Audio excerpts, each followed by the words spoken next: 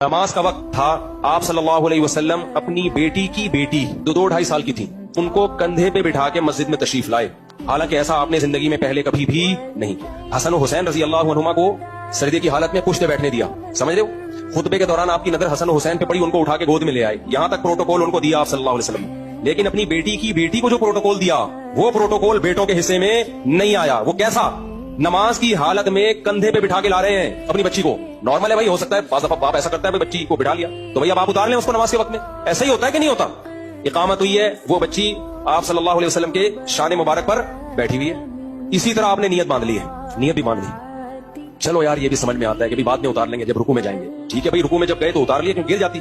کمال یہ ہے کہ دوسری رکعت کے لیے جب کھڑے ہونے لگے اس کو اٹھا کے دوبارہ بٹھا لیا۔ چاروں رکعتیں اسی طرح پڑھائی ہیں۔ آپ محدثین حیران ہیں کہ بھائی یہ عمل تو نبی نے زندگی میں کبھی کسی اولاد کے ساتھ نہیں کیا، اور اس میں تو حرکت بھی ہو رہی ہے نا، کیا خیال ہے؟ نماز میں حرکت پسندیدہ عمل نہیں ہے اور اس کی ضرورت بھی نہیں ہے، وہ بچی رو تھوڑی رہی تھی، اس کو بٹھا دیتے وہیں پہ۔ اور اگر یہ سنت عمل ہے تو بعد میں دوبارہ کیوں نہیں کیا؟ بھائی بچوں کو اگر کندھوں پہ بٹھا کے نماز پڑھنا سنت ہے تو بعد میں دوبارہ کیوں نہیں کیا؟ یہ صحابہ نے کیوں نہیں کیا؟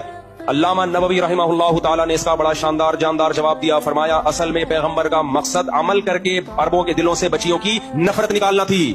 سمجھتے ہو کہ نہیں سمجھتے کہ اس کو وہی پروٹوکول دیا جائے گا جو کس کو دیا جاتا ہے؟ بیٹوں کو۔